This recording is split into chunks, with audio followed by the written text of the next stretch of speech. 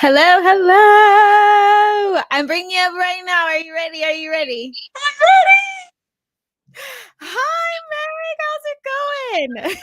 I want to hug you. You're so far away. It'd be the biggest hug I've ever. I know, like.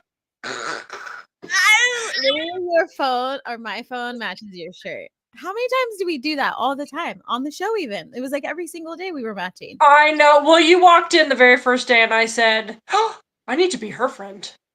I know, and now we are. So happy you're here. Thanks for joining, by the way. I'm still gonna Oh, of do course. a cute little introduction about you. I know that it's late over there, so I'm going to keep it short as folks are trickling in before we get to these lovely questions. So for today's episode, it's all about beautiful brains and feeling like you're too much, unmasking neurodivergence with the lovely Megg Thompson. And I would love for you to explain what you do. I know I had it in the description. I shared it with folks that you are a neuro-affirming behavior consultant who works with kids, also working with adults. Yeah, everybody, all the things. Okay, great. So I would love for you to explain for everybody what it is that you do. So I started as a kindergarten teacher, and I hung out with all kids, and then I realized I was good with the hard kids. I put that in quotation marks because I didn't find them hard, and challenging behaviors. And then I worked with a lot of boys, like in homes and in schools, ones with challenging behaviors. And then I found myself thrown into the neurodivergent community because when you work with kids and adults and you choose love as behavior management strategies, you get to work with everybody. So I am in homes and schools, and I also teach teachers. And this past year, I just started. I'm the talent. I'm putting that in quotation marks too. Talent for No Brain is the Same, where I go in and lead assemblies to teach kids that all brains are different, all brains are wonderful, and no brain's the same. And it's been like I cry every time I go in my car. After every assembly, I've cried because it's been so enlightening for the kids and for me, and they leave feeling good about themselves, where I think they came in feeling like I'm weird and strange and quirky and nobody likes me. Yeah. Oh my goodness. You've been doing so much since I last saw you on the show. Like I that is know. so wild. Like I feel like when we got on the show, we were like, I don't know what we're doing here. We're just gonna talk about our business and like see how it goes. And now you have all these. Well, wait, we're going to talk about our business and wear the best outfits. You and I had the best outfits in the whole show. And they didn't play them up like they should have. No, we should have at least had a dance number. I feel like at the beginning of each I episode, know. of I like know. stayed on. You know what I mean? I do know.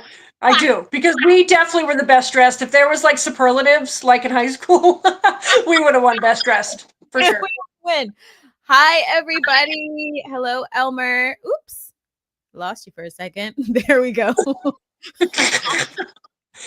there's our brain. I know, right? There we go.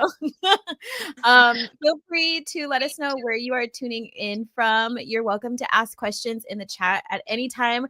We're going to hop in right now. So my very first question for you, aside from the other questions that I actually asked you, but this one is number one. So what is neuro-affirming support and how is it different from what a lot of us are taught in school growing up?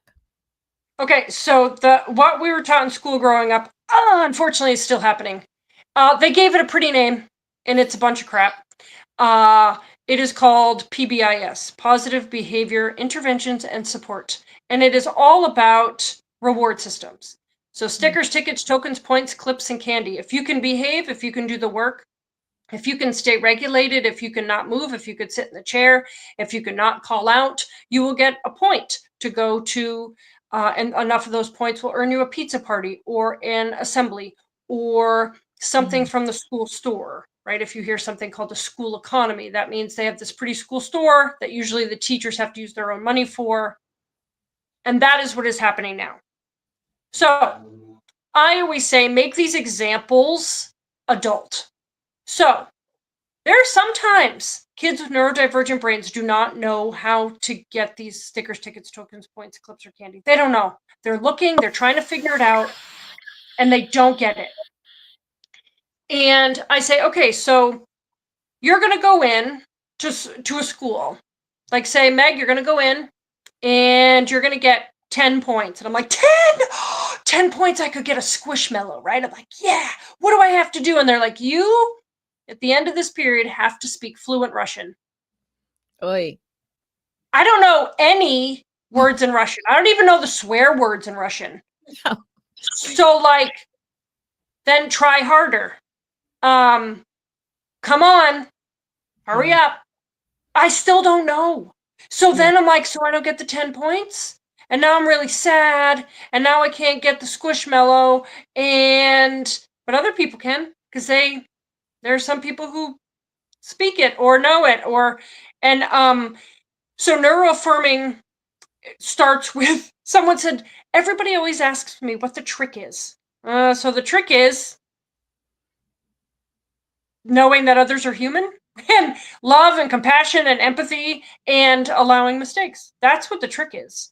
And it is getting new information. And I'm not the only one who has the information. You're not the only one who has the information. There's books and articles and people to follow and accounts to tune into in the community in which we serve. And that is what we need to be doing. So I call those love-based strategies. And I say trash the fear-based strategies. Unfortunately, they're everywhere all the time. And people are kind of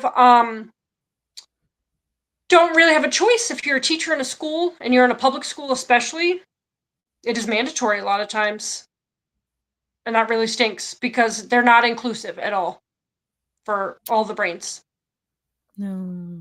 It stinks. And it's really sad because kids then end up not going to school refusal, they get bullied, their self-esteem is affected, right? And in Maslow's hierarchy of need, you need self-esteem because it's the last one of your deficit needs before you get to growth needs of like doing big things in your life and making a really good life for yourself. You need positive self-esteem, and we're ruining it big time. Yeah. And it's really yeah, when you talk about like fear-based systems, I was just talking to someone else about this because it literally is in everything that we do. Every single platform, our phones, the way we work, evaluations. Like I'm constantly coaching people on like how to not be fearful, even to talk to their manager, because they've been in those systems for so long since they were younger that they now just have a hard time like functioning, not just at home, but at work, and then having to go home and, you know, be with their partner or partners or their community. Like it's very, very, it's proliferated so much into everything that you do. And I'm glad that you brought that up. So I would love for you to also explain to folks, like when you go to these schools, how are you helping them implement new systems where it's more love based? Yeah, so first I have to get them to, so the first step that you always do is self-reflection. And people don't know how to do that. So when I go in, I teach self-reflection. I teach, what's your temperament? Do you know how to right?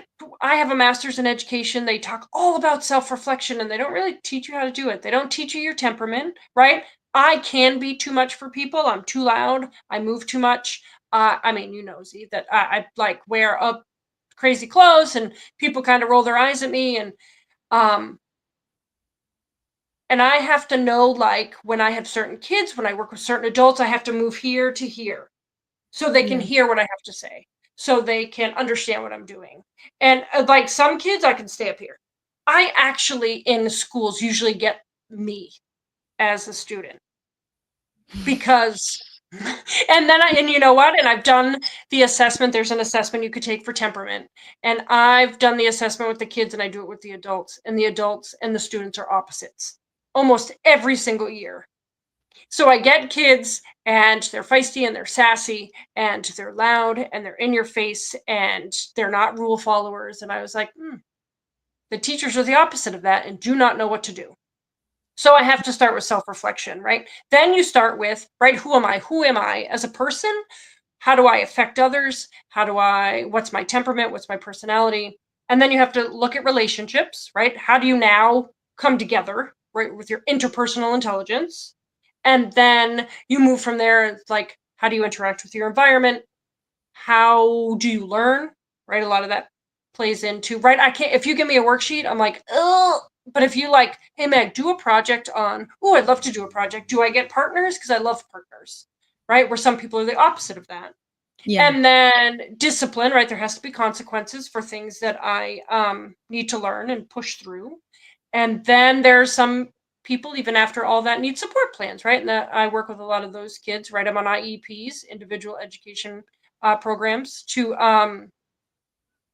that are neurodivergent, fall outside the box. And unfortunately, no matter what I do, they're still going to fall outside the box. The environment's still going to be neurotypical, which is unfortunate. But the first place you have to start is self-reflection. And you have to do a lot of work on who you are, why you're here, what you're doing, how you affect others, being able to read faces and read voices and tone. And that work is not done with teachers, unfortunately, educators or Yeah. parents. Yeah. We miss a lot. Yeah. So I have another question for you. What do you wish more people understood about neurodivergent adults, especially for folks, which there's a large percentage of folks who have either self-diagnosed themselves or have been diagnosed later on in life? So first of all, I would say that if you're self-diagnosed, that's valid. A lot of people say like, well, I was like, well, if you told me like I self-diagnosed as having ADHD, I'm not going to ask you where your neuropsych is. I'm not going to look at your report. I'm like, you've obviously done your work. You've looked at it. You identify with it, and you're trying to find support and figure it out. I also want to tell adults that if you are planning on having children and their and your biology is in the children, uh, uh, neurodivergent brains are highly hereditary. So it's so wonderful. I've been responsible for this, that there are kids who are diagnosed with autism, ADHD, anxiety, and I say, hey, does anybody feel like they're anxious or that, right? And the parents usually point to each other or they raise their hands. And I said, how cool would it be if you both go on this learning journey together, instead of your child running down this path of neurodivergence by themselves, feeling Yeah. left out, feeling like they don't belong? There's someone in your family pretty close, in my professional opinion, because I've done it many times, that also has the same brain and understands. Hold the hand and go down that path together. So I've had a lot of parents, right? I just recently had a mom that said, wait, I think I'm ADHD and autistic. And then her mom thought that. And by the time I left, they were crying because they were like, that's why. So I'm not stupid and Yeah. I'm not terrible. And that's why I never fit in. And I said, so think about that. Think about how hard that was for you. Now you get to hold your child's hand and go down that path. And now it doesn't have to be weird or quirky or different or strange or non-inclusive, right? The adult has that power as a parent. I'm also I put this in quotation marks, too popular or famous in the foster and adoptive community in my area, because they want to know about temperaments and self-reflection and heredity, because a lot of times they're not biological. Ah, So they don't know the biological piece. They just know the nurture piece. right. And sometimes that can be a little bit tricky and Mhm. challenging. Mhm. So I think that as adults, if we can understand, and if you are neurotypical with neurodivergent kids, also that happens, do your homework, read stuff, Yes. ask lots of questions, and be active listeners. Don't ask the questions and then don't listen. Ask the Yeah. questions and take the answers, write them down. There's something about writing it down. If your child sees you ask a question, write it down, be like, wait, what was that? And then you're like, gonna write it down. That is so wonderful for the kid. Like, oh, they want to remember that, Yeah. So that's right?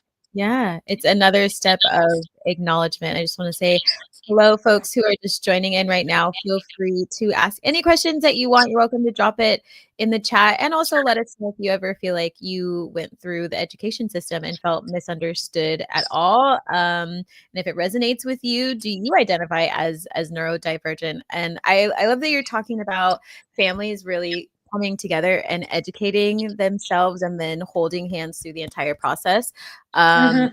Because I've had quite a few clients come through who are in relationships where they have a child or multiple children who are neurodivergent. And there's one parent who I would say tends to show up as a little bit more self-aware and aware of the situation and does what they can. And then the other one seems quite controlling. And I get less, that all the time. All the yeah. time. Can you talk about that dynamic and what like folks can actually do at home to help alleviate that stress and actually support their children? Yeah, so I get a lot of people that say, well, if I'm not supposed to use stickers, tickets, tokens, points, clips, and candy, what do I do instead? And I said, well, that's the wrong question. Because if you ask me that, you want me in 2 or 3 sentences to tell you another Pinterest strategy to make whatever's tricky or challenging in your house go away. And I can't do that. Right? Everybody's looking for the fast strategy. If you want the fast strategy, it is one you won't use. Probably it is hitting and hitting them hard because they will stop doing that out of fear.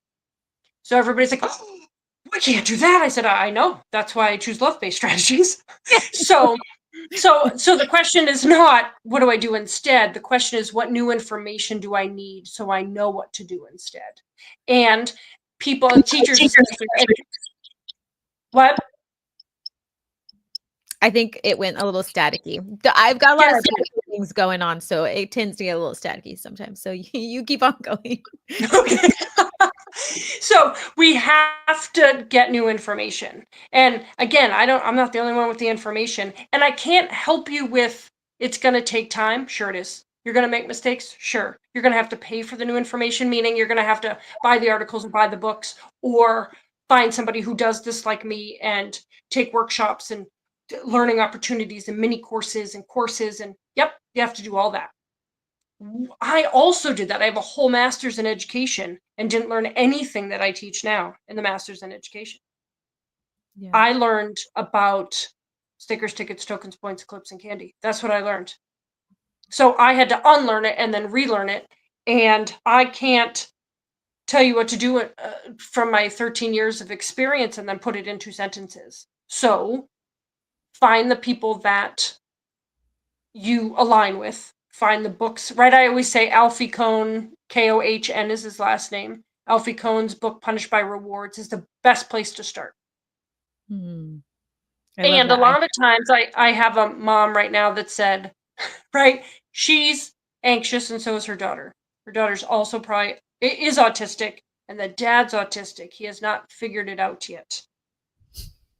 So the mom's like, how do I convince my husband that she needs medicine? Because that is what would help. The anxiety plays this huge role. And if she could get medicine to help her, and I'm not a medicine first person at all, but we've done a lot of talking and a lot of work, and I think she does need medicine at least to learn the strategies. And the dad says absolutely not, because the dad's controlling. And it right me, because I don't follow the rules. I don't follow rules. And I'm like, don't you just get the medicine and give it to her on the sly?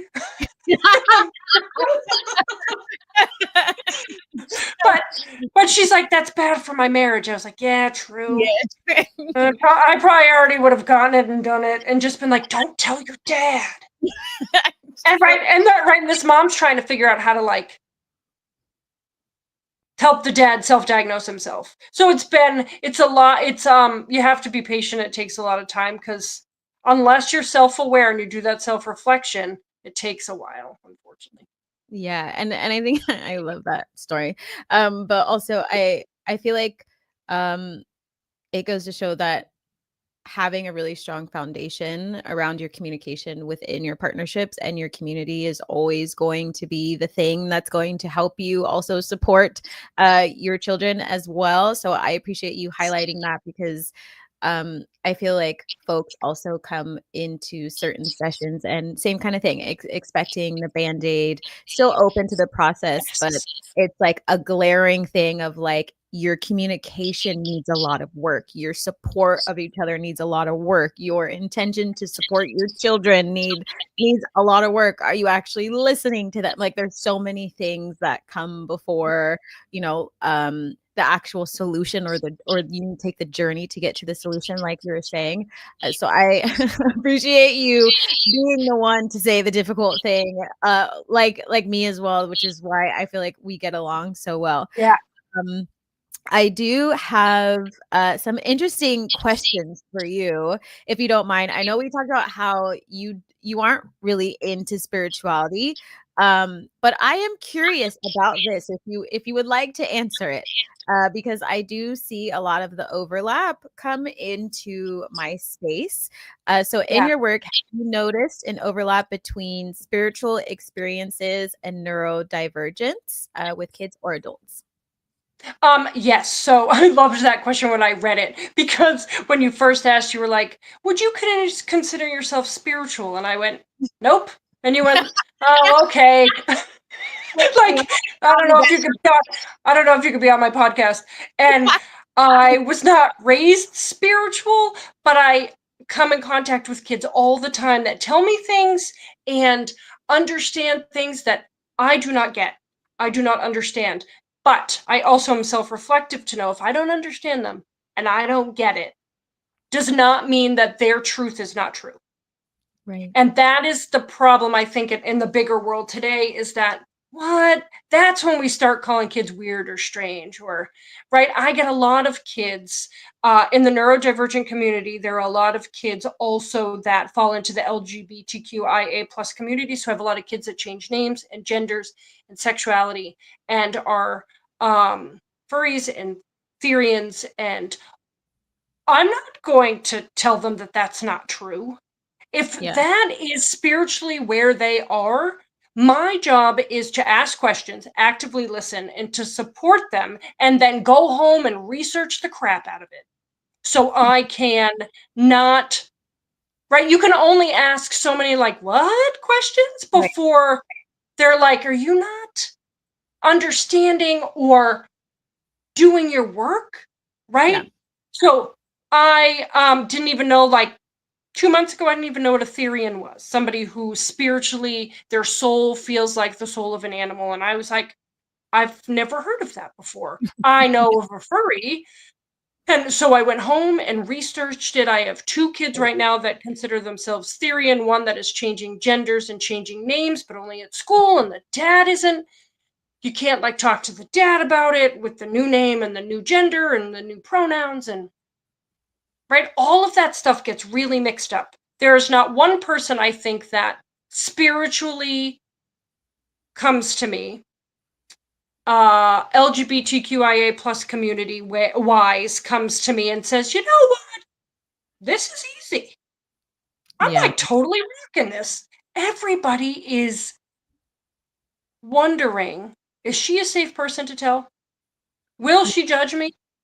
Will she laugh at me when I leave? Will she talk to other people about it? Will she tell on me? Does she think I'm a freak?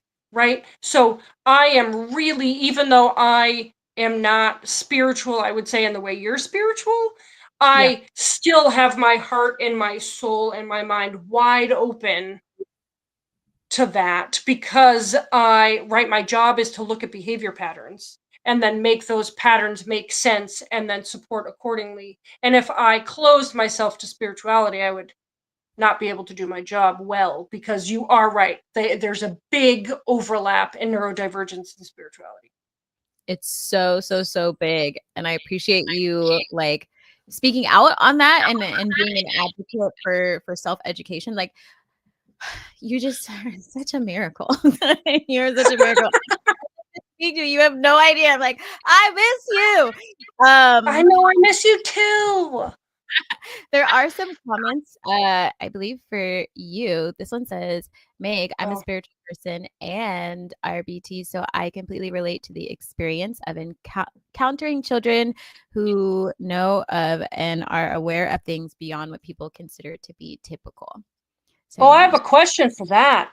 So an RBT is a registered behavior technician, and that is an RBT is someone in ABA. So I fight against ABA. So it is interesting that an RBT is spiritual and is open to that because in my experience, ABA is a very fixed and rigid, inflexible system. And I wonder how that goes. I want to be that person's here's a friend. part 2 from them is I love the Oh, glass. I offer a safe space for them to share whatever may come up for them without casting any judgments. no, I love that. I wonder, what is their name? I can't Is it tell Kiskaya? me. Kiel? Kiel? Oh, yeah. Can I hope they find me because I want to talk to them about that Yes, I will. because I want to know like how that goes. So I was interested in the RBT course and I took one and then they kicked me out because the technology was bad, not because I wasn't following the rules. Okay. Although that is a different reason I could. Who do I need to talk to? And another one I did, and I don't, and maybe that's spirituality can fit in there, but I don't know. In my experience, it doesn't. So interesting. They also said, I agree with you. I find myself holding space for them and approach my clients in a very non-traditional and creative way. That's great. I love that there's so many change makers on this page who are, they also said LOL. So I figured I'd add that in. I'd add that in too. Yeah, you all need to connect. Meg's information. Oh, here they did their pronunciation. Thank you, Kiskaya. Oh, Yeah. wow. I love that name, Kiskaya. I know. That's my favorite name. I love that name. They said it's like being undercover. I also appreciate you answering these questions, and I did not want to make it seem like I was not going to have you on. I was like, how do I actually implement this? There's like so much overlap, and I was like, I'll be right back. Also because spirituality is so important to my page. It's always been important to me. I consider myself neurodivergent. My mom is very autistic. So is my sister. We talk about it openly. My sister's a psychiatrist. Like it's just something that's around us. And so there's always been this like miscommunication in our family that we kind of joke about, and that I'm the one who communicates through the spirits in order to like talk to them and all these things. And like, but also us going through the healing of not hurting each other's feelings and being like, we all communicate completely differently, and I just sit in the spiritual space and be with my neurodivergence, and then sometimes they navigate it and sometimes they don't, and sometimes we speak and it doesn't land well, and it just is what it is. So I appreciate you just being open to different walks of life, and also you know, I consider myself fluid, and this page is very diverse as well when it comes to the LGBTQI plus page. And I have changed my names many times, and my family likes to remind me of when I used to call myself Spot, and my cousin's name. Yeah, because I love Dalmatians, and now I have a Dalmatian, and now I'm Z. See, I had a Dalmatian too. Did you? Of course you did. Of course you did. And you know what I mean? I know when you walked in, right? I would have guessed because that's what I kind of do is be like, okay, like try to figure somebody out, right, with behavior patterns. I knew from the beginning you were spiritual because what if you were wearing and how you were talking, and if I had closed myself off, I would have lost a friend. Like we were tight the entire time. You were like my person, and like imagine I missed that because I don't understand the spiritual part. I mean, I follow you every day. I look at your stories every day. I look at all your stuff. And you are one of the people that has taught me the most in helping. I've actually brought up your page often for the kids I work with because I'm like, oh, I have a friend that knows about this stuff. And we like play your videos and look at your stories. Yeah, because I was like, I don't know, but I have a friend who knows. So you've been a huge help to me, helping them figure out where their heart and their brain and their soul kind of fit into the spiritual space, because I don't really know. I mean, if they ever have a question, you send them to me and I will make content for you. And Oh, sometimes I have questions and I'm like, I will find out the answer to that. yeah. Like the first time they said theory, and I was like, in my head, it was like somebody who goes to the theater. I don't know. And I was like, I think I need more information. That's the first time I've heard this. I wrote it down. I went home and I was like, oh, not in theater at all. Not even a little bit. You are being a self-starter and figuring it out, and like not relying on them to tell you who they are, right? Like you're being the self-starter, which everyone needs to learn. They said I used to call myself spunky. I love that. Hello, Kismet. Hi, everybody. Hello. You're welcome to drop questions for Meg into the chat at any time. So the next question I want to ask you is, why do you think so many of us with different brains, as folks say, are more sensitive to energy, ancestors, and downloads? Any thoughts that you have on that? So I there is a guy called Speech Dude. His name is really Chris, and I was watching his thing, his Instagram, and so in a neurotypical brain, neurons connect each other, right? I talk about this in my assemblies. We have 86 billion neurons that make, on average, of course, 100 trillion connections. So they make these connections. In a neurotypical brain, it prunes when we don't need it. And it's like, oh, we're not using that, we don't need it. And it like cuts the neuron. A neurodivergent brain prunes 40 to 50% less. So the stuff that neurotypical brains have, when it's not used, when you're not talking about it, when you're not in it, when you're not living it, it says, whoop, we don't need that. And it prunes it just like you would a bush or a tree. In a neurodivergent brain, that's not true. So I think they keep a lot of their spiritual pieces, stuff from a long time ago, and it doesn't. And I've talked to kids about this, right? Right now I'm in when it was school, middle school, high school, and I've told kids, and I had one boy crying, right, 17-year-old boy crying, and I was like, oh no, what did I say? And he was like, wait, I'm like, does that mean that I'm not broken? I was like, no. But he goes, I can feel it go like this. And I'm thinking of all the things. And so I think spirituality and the ancestors and the intuition is in there. And it is not pruned. So they think about it, they live it. And then I think they have very limited, especially in public school, safe spaces to talk about it. Yeah. And then, like, you can't go up to somebody and say something super spiritual or like, my ancestors said this to me, and now I'm thinking this. Like, teachers would be like, what? Like, your aunt? Like, I don't think anybody would respond appropriately, that they might have said it once and they're like, note to self, do not do that anymore. And then they mask, right? What do other people talk about? How do other people stand? What do other people sound like? And then they mask, which is can lead to burnout and crash out and exhaustion and meltdowns. Not tantrums, because those are different, but meltdowns. And I think that that's so sad. Yeah. So I want to be a space where every kid, every adult can tell me all the things. And I'm not going to roll my eyes, and I'm not going to do this with my lip. I'm not going to curl my lip, and I'm not going to be like, weirdo. Because at the end of the day, if you are spiritual and you feel something, it doesn't affect my day.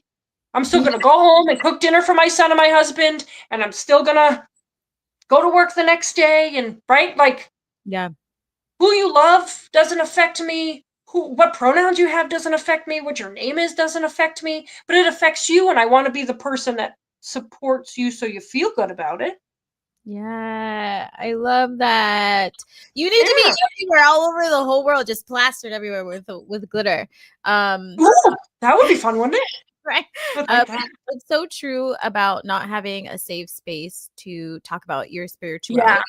It's very, very difficult to find. And for my own story, I actually made a podcast about it called Life in the Shadows as a child, because I was super gifted even when I was younger, and my family like shamed me and made me think that it wasn't real for the longest time. And then when I grew up, they eventually started talking about it, but they didn't know how to talk about it back then. But even now, if I go a little too spiritual, they're like, ew, we don't really know. Yeah. And then there's like the overlap of like, colonialism forcing people, right, and the fear-based systems to hide who they are. And so inherently all of us carry that energy from our ancestors. And like you're saying, in the brain of like, if I talk about my spirituality, then I'm likely going to not make it. Right. Like, especially, marginalized groups and folks of color and like that. So I love that you are creating this space. And it's also the whole reason why I started Z School for the Gifted, which is what I want to expand on, right, with for little kiddos as well. So shout out to you. It sounds like we need to get everybody together and just create one massive school, right? So I think it would be the coolest thing ever. I just honestly think it would be amazing. Imagine you got to go to school and just be yourself and talk about the things you want to talk about and learn the stuff you want to learn, and everybody just loves you even though you've fallen outside the box your whole life. That'd be so great. And you get to dress the way you want to dress. I mean, you and I do anyway, but someone said, because most people don't believe us, I experienced this growing up with Stoic and monotone for years because of it. Yeah. No. King Grizzly, I'm so sorry about that. Partly because I've never been stoic and monotone in my whole life. And I'd be so sad if I had to be like that. Oh. I agree with you 100%, Meg. Clap, clap, clap. We got that going on. I might have to put on I should just keep my glasses on. I know. I feel like I'm not wearing my glasses right now. But I need to. Oops. This one said, yes, let's do it on creating the school. Yeah, we need to just redo the entire education system. So I think if we just start today, right? I don't know where it's going to be. I don't know where it's going to be. Z and I we are on opposite sides of the country. But that's perfect. Right? Are you still in California? We just like start spreading and meet in the middle. Yeah. Well, I do not want to meet in the middle. Z, that's Oklahoma. No, I know, but there's a lot of like cool people like me in Oklahoma, and my grandma. But there's no ocean in Oklahoma. There's not, but there's a lot of ghosts and cool things. I loved it. Yeah, but I want an ocean. I need an ocean. I know, but we need to at least get the school, and then you can go back to. Then we'll move it to the ocean. Okay, we'll move it to the ocean second. Got it. Okay. Like, we'll just make sure that on your schedule, like Meg can only stay for a week or whatever. She's going back to her ocean. Meg is going back to her ocean. So I feel like you answered this other question. I'll ask it anyways, but I feel like you touched on it. It's how can we support neurodivergent folks in reclaiming their intuition instead of always being told it's wrong or too much? But you're welcome to expand on that.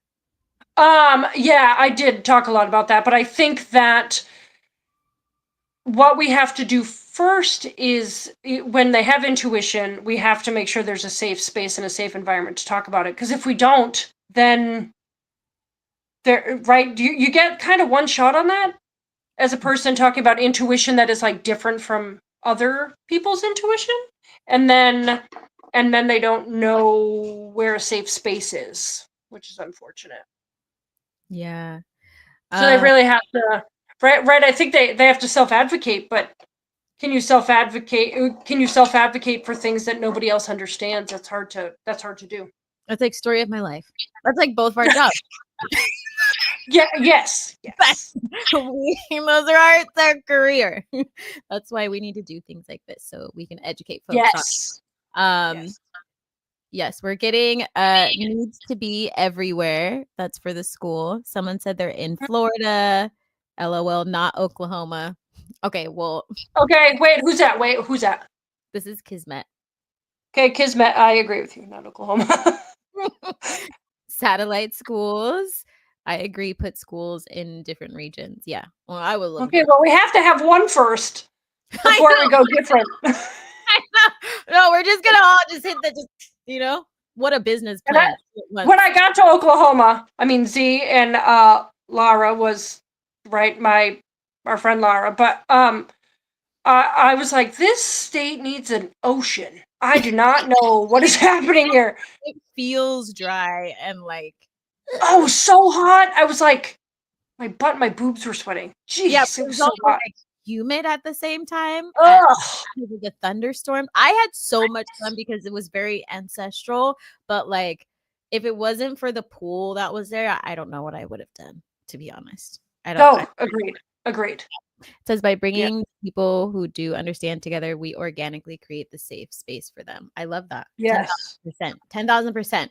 So now I want to get into kiddos. I'll ask you one or Yeah. two questions for here. So what advice do you have for parents or caregivers trying to support neurodivergent kids? I feel like you kind of touched on that, but anything else you want to add if anything comes to mind?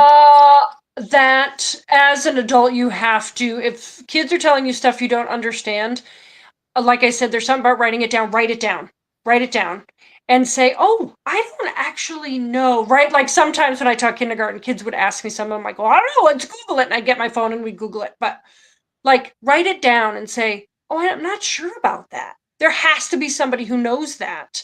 Yes. Because I can't imagine you're the only one. And let's find an article, let's find a book, let's read it together. Um, and even if you can't find an answer, just somebody not being like, what are you talking about? You're so weird, right? And sometimes it's hard because I've gotten a lot of weird questions before, and I'm just like, don't make the face. Like I have to know what. Like when I heard of the Therian, somebody said that I said, so what soul do you feel? What animal? And they said squirrel. And I have drunk squirrels that live in my head. And I was like, what? I wanted to like jump up on the table and be like, me too. But I couldn't say, but mine are drunk because that's not appropriate in school. But I was like, oh, okay, I'm gonna write it down. And the kid saw me write Therian down. And then I said, I'm gonna really check this out. And then I brought the same piece of paper back with stuff, and I said, okay, so I have some questions. And they were like, you kept the piece of paper? Do you even understand how cool I was? I was cool before because I have like free fidgets and fun. Super cool. I was super cool because I had the same piece of paper and I did my homework and I brought it in. And every time I see the kid in the hallway, they're like, is it my turn?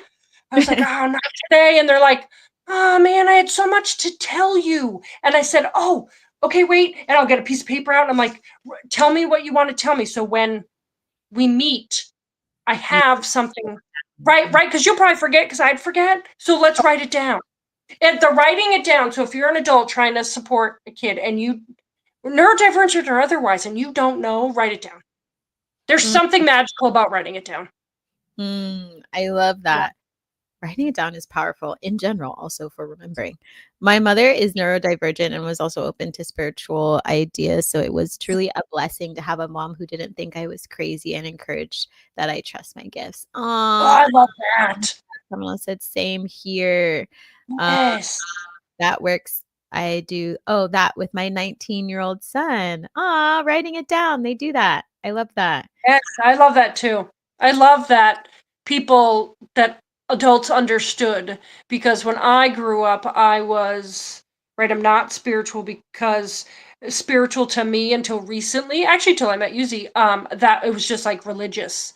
And I didn't, I was Catholic growing up, I guess. Like I went to CCD and I dropped out, and catechism, I guess they call it. And I did first communion. I don't know about any of that. I don't really understand. And I listen to a lot of cult stuff, and that is religious. So I'm like, so I am figuring out how spirituality now at 47 years old is different than religion in a church, because that is not what I was taught. They were one, they were linked when I was younger. And then I didn't go to church. And so when you said, are you spiritual? I was like, no, I don't go to church ever.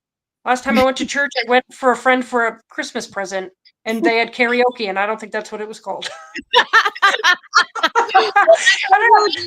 Like well, I'm glad we're doing this anyways, but going forward, I will probably rephrase it and be like, by spiritual, I mean, or whatever, because Right. Yeah, it was just religious, and I was like, nope. And then I was like, but I know that you mean something different. But until I met you, I still had them pretty closely linked. Yeah. I feel like which is pretty common unless you have Oh, I think so. like Especially if you're my age, around 50-ish, 40 to 50. yeah, and I am seeing a lot of new clients around that age start to come in and ask questions or tell me that they've left the church and they're like, I don't know what's going on. I still like crystals, like all these things. I'm like, you're in the right place. You're in the right place. I got you. So another question for you is, how do we teach our communities to stop policing behavior and start asking better questions? Oh, policing behavior. Well, first of all, we have to realize that all behavior is communication, and all behavior has a reason. And so, if we're not looking at the reason and we're just policing behavior, meaning stop it, quit it, cut it out, be quiet, sit down, stop moving, and we don't understand where that behavior is coming from, all we can do is police it.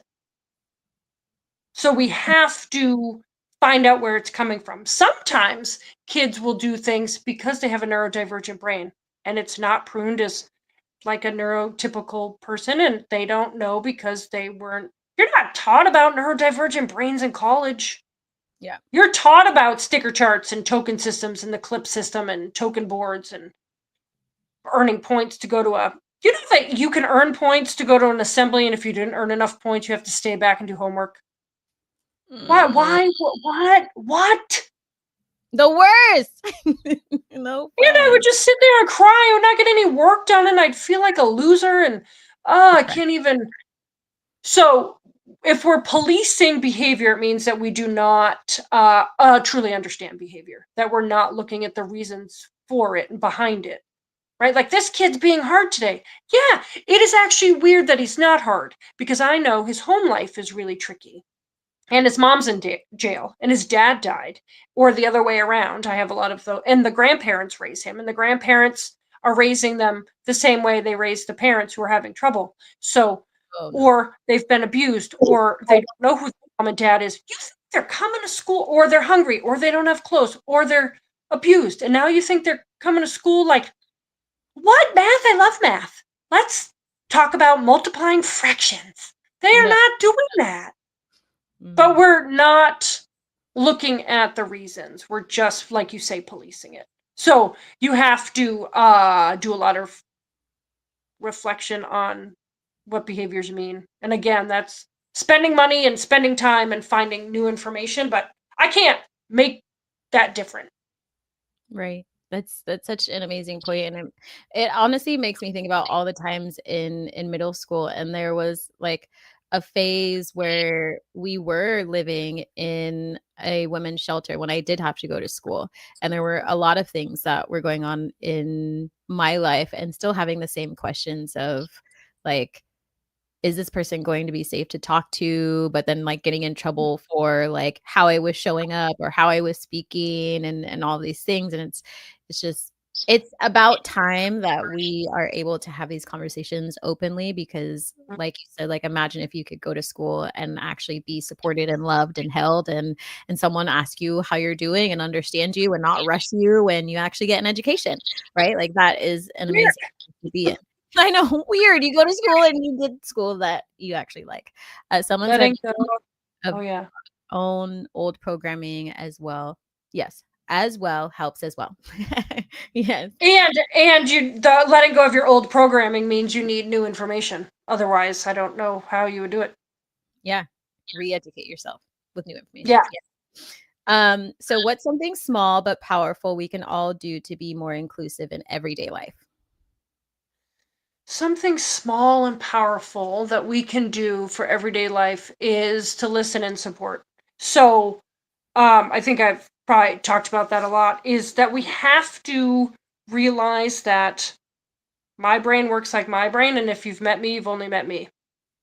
If you've met an autistic child, you've only met one autistic child. If you've met a child with ADHD, you've only met one child with ADHD. So we really need to stay on the path and keep holding hands. And it has to be, and you have to be supportive. You have to. And if you're not, um, we say, then you're not allowed to work with children. I mean, But that should be a boundary. that should, I was like, well, because if you ask educators, a lot of them will say, well, I love children. And I was like, I don't think they know. Sometimes, unfortunately. So, yeah, you just got to be supportive and non-judgmental. So I think one of the things is the three principles of relationships is to understand, accept rather than reject. So accept the person as they are. Don't reject them. Understand rather than judge, which is you're probably going to get new information, so you understand them and you're not judging them. And you have to let them participate and not manipulate them. So participate in their learning, participate in their spirituality, and not manipulate them into different things. So we have to accept, understand, and understand and participate. I love that. That needs to be on a shirt. Meg, shirt. I have drunk squirrels. I think it's a great idea. Tomorrow morning when I wake up, I'll forget till about 3:00 in the afternoon. Can I tell you, since we were talking about squirrels and energy, I literally thought I met your energy like 4 times because I had met 4 like white presenting femmes around the same age, and each one came up to me and was like squirrel and said something like right after that, and I was like, how many people are gonna start their sentence like Meg's everywhere. like Meg's energy is everywhere. I might be talking to her soon. Like I was laughing. I meant to tell you that. I was like, you have no idea how many people I just met that started their sentences with like squirrel brain. It's like that's not a everyday thing that you hear like No, I mean I wrote 3 children's books on my drunk squirrel. They're not drunk in the book. They're just squirrely in the book. It's Scoot and Newton. So Scoot is the squirrel and Newton is the duck. And Scoot is kind of all over the place. And Newton is very like on a path and very particular and rigid. And they meet friends along the way. And so my son and I wrote 3 books. And they're great. But I talk about squirrels a lot in my life. I love it. They said, Meg, how do I leave ABA and come work with you? Shifty eye. Oh, yeah, we need to find each other. I just think if you are the way you are and write all the things they talked about, the ABA just isn't supportive of those things, unfortunately. Yeah. And I will make sure to, Meg, like after this, I'll just have all your links and all the things below. So you just let me know. We can even put your kids' books and all the things so folks can find you and you. Because I want to make sure that they can stay connected. And there were some folks in the last meeting that I had that need your help like immediately and are also on the East Coast. And so I'm like, oh, see Meg. You'll see Meg. They said gratitude in the chat. I love that. So in terms of these last couple of questions, what's the legacy you're building through your work? Oh, love is love. That's my legacy all the time. Everybody, you get to, you know what? I don't think you could be a full human without love. Being loved and loving somebody, and I do not care who it is, what it is, how it is, what the pronoun is, how they show up. If you love someone who's pansexual, if you love someone who is asexual, if you love someone who's all the things, great. Again, at the end of the day, I'm still eating dinner with my family and doing my thing, and it makes me happier to know that you're loved and you have somebody to love. And right, it's Pride Month, of course. I always think we should have Pride Month all the months, all 12. But this month I lose a lot of followers because I preach all like love is love. I always say that, and for some reason on Pride Month they think I'm gonna change my tune or like, oh my gosh, you can't be like that, right? I said I had on a rainbow outfit because I have lots of those, and I said we have to be love is love all the months. Yeah. And I sang the month song that I sang in kindergarten. I got so many people that were like, no, thank you. Nope, I think I'll pass. And it's like, if it's a no, thank you, just scroll by. You don't have to even stop and answer. What? So I blocked, like just today, I think I blocked 15 people. I mean, you should. You know what I mean? Like, I feel like folks. No, they can't come. You can't come in my space and be rude and mean and no. I am cheering you on. This is why I love you so much. I'm Yeah. constantly telling people to stay on the block button. And I feel like when you are heavily submerged into helping folks heal their trauma and create love and all these things, like go do your healing and you're welcome to come back. Like once you are in a safe energy, but folks here are doing the best they can, and like we're all trying to educate each other, and there's only room for love here. So I appreciate you saying that. Yes. Someone And said, come in and ask questions and I will answer them. I'm not against you disagreeing with me. I am against when you come in and call children crotch goblins. If that is your first sentence, you're not oh, allowed to be in my space. yeah, Ever. thank you for having that. I'm just gonna clap every single time you speak because I love everything that you're saying, and it's so refreshing. And I wish you were closer so we can have coffee. I know. We would sit and hold hands and snuggle for like 3 days. We'd run around in Oof. circles. Sequins would just be everywhere. It'd be great. We would make such I a know. large I don't know if people could handle us together all the time. the world might like implode. I mean, the blocks couldn't really handle it. People just kind of were like this. Yeah, that phase. But also, I want to say I'm glad that you do not change your tone when you talk about Pride Month. Like, I also lose followers during this time because of Pride Month and being an activist and talking about Juneteenth. And one of the questions I had actually asked on the show was like, how can I still broaden my reach and talk about these topics? Because I was like, I'm not going to talk about it. So I need someone who's actually going to help me, because many folks had just change your topic. And I was like, well, that doesn't work. And someone coaching me was also tiptoe around it. And I was like, okay, that. Have you ever wait, Z, have you ever tiptoed around anything? I've never tiptoed around. No, I stomp right on through. Wait, what? I'm gonna tiptoe around. I mean, as long as love is love and you're being healthy and you're not hurting people, but I feel like that's obvious. But I'm gonna tiptoe around like being gay or being bi or being lesbian or I don't care. Yeah. At all. Yeah, and that was my point also of like, I don't really know how to tiptoe around being Black. So there's that. You know, I couldn't talk about these things because it's a part of me and my audience and like what's happening in the world. So this ain't gonna work. Well, and you know, for me, I think people think I'm gonna tiptoe around it or come from a place of privilege because I am a heterosexual white woman. So they think I'm gonna, right, I'll only go so far in my accepting of others, and then like because of the way I was raised or because of the privilege I have or because of people think I'm ableist or I don't know, they think I'm gonna like stop somewhere halfway through, and I'm like, and I'm not. Well, so I don't know. I don't think they know what to do with me. Yeah, you're a unicorn. That's why I literally called you a unicorn, because you're very hard to come by. You're extremely hard to come by, and that's why you need. And I do love unicorns. I know. I put a unicorn in the post just for you. Just for you. I know. I did see that. You also see the Tinas. One was Black and one was white. Yeah, like this. Yeah, dancing. Because we talked about that at the show, and I was like, what are the chances? One with red hair, one that presents and looks like you. Like, I was like, this is great. I know, right? Someone said the room and when you have an open mind, you could like, if you saw us and talk to us, and we people would think we're completely different. Totally, completely. Wouldn't even talk. But right? Not be friends. Wouldn't even give each other the time of day. And that is not true. No, not. We like it was like 14 seconds. I went up to her. I went up to you, and I said, "Can we be friends? I think we need to be friends." Because you have an outfit and I have an outfit. I feel like you're gonna have one tomorrow, and I definitely have one tomorrow. So yeah, we I don't know if sparkles brought us together, but let's pretend that happened. Yeah, whatever. Someone says tiptoe, then you trip and everyone turns to look away.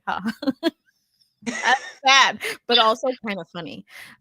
People love to tiptoe around describing someone Black by using everything but their skin tone, and I love to say, "Oh, you mean Black Christine?" yeah. People do avoid it, unfortunately, but we do not in this space, not ever. Meg does not. Like, I'm glad that you are also saying something. I'll do this, and then we have one more question, I believe. Let me just double check. Oh, that's how I became. I don't want to mess up this name. Necklace? Oh, I don't know. Ooh, e. Okay. Yeah. Okay. Please do correct. Please do. I welcome it. Okay, Write it so out there's phonetically. I'm not trying to mess up your name.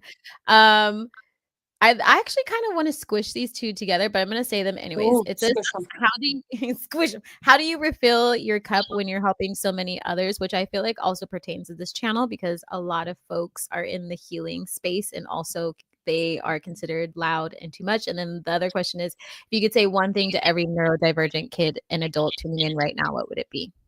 So refilling okay, so refilling my cup is I live on the ocean and I love all things ocean. I love the sea air. I love when it smells like low tide because that smells like farts but low tide farts are the best. So sulfury. Yeah, it's so good. It's so good. Sparkles make me happy. I don't think you can see it. Hold on. I'm gonna bring you. Okay, Bring us let's see if I can. Yes, look at that disco ball of a closet. I love it. So sparkles and thrift stores where I usually get, like, that's where I got the one I have on right now. I got it at a thrift store. And naps. I am too much and too loud and move too much and care about people too much, and then I have to like rest my brain because my drug squirrels are tired. What's one thing I could say? Okay, own it. If you're neurodivergent, own it. So talk about it, own it, celebrate it, self-advocate, and surround yourself with people who are supportive. I love that. Oh, beautiful. Put it on a shirt. I'm going to just tell you all things. Put it on a shirt. There's gonna be a lot of writing on my shirt. I know. It's going to be a shirt that just looks like a novel, but it's fine. People have to stop me and I'll have to go like this so they can read it all. It's also on the inside. Look. or like this and then no, that's not appropriate. No, you could do it not at no, maybe not. Well, I had you know what? I always wear a tank top, so I'd have my tank top on. You do it around me. Yeah, I'm too old to wear just nothing underneath because nobody wants to see that. Yeah. The second part is, what would you say to every neurodivergent kid or adult tuning in right now? What would I say to them? I would say. So this is what I say in my assemblies. Your brain was so cool, that scientists and researchers said, "What? This is amazing," and they did all the research about it. And then they wrote books and they wrote articles. And there's books and articles about your brain. And hopefully teachers have read them and therapists have read them. And that's how cool your brain is that there's research done on it. And there's strategies about it.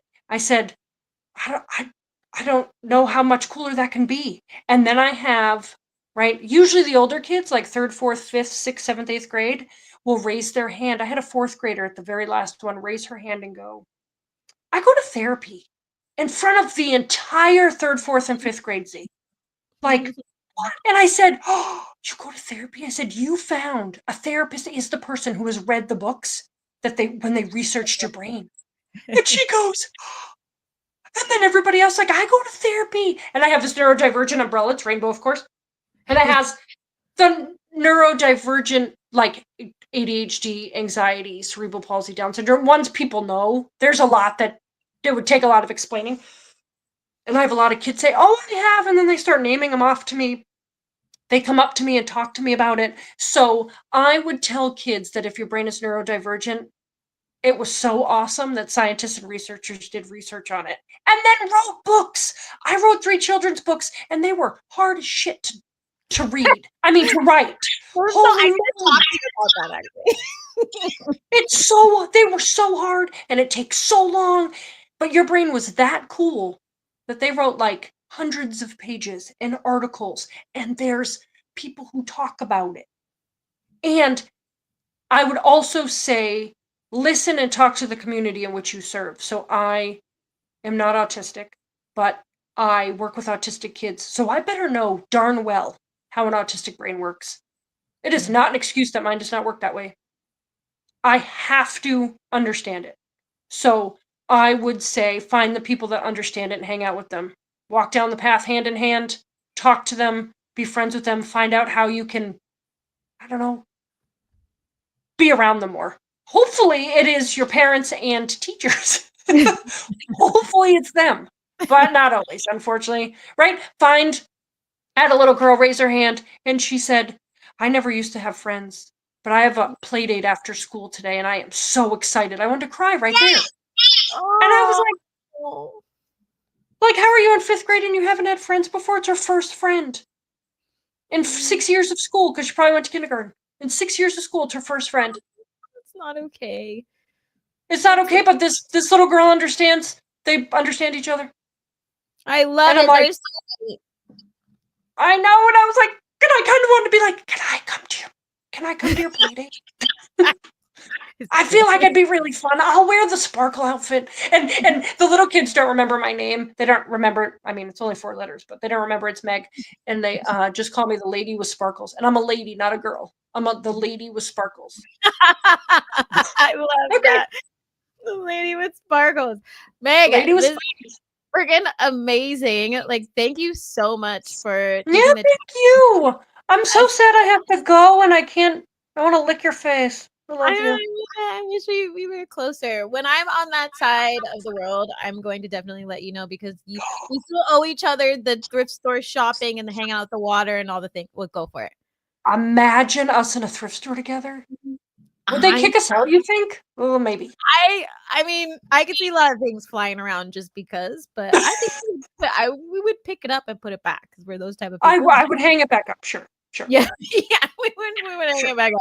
But I just want to say thank you so much for joining today. I'm just really grateful that you also allowed me to ask some spiritual questions. Of course. And sneak that in there. And you are just an amazing soul with an amazing brain and helping teach my community and the world how to love themselves. So I definitely appreciate it. And if any of you want to connect with Meg, how can they contact you? What is the easiest way? So Instagram's probably the easiest way. It's just Megg Thompson Behavior. And Meg has 2 G's.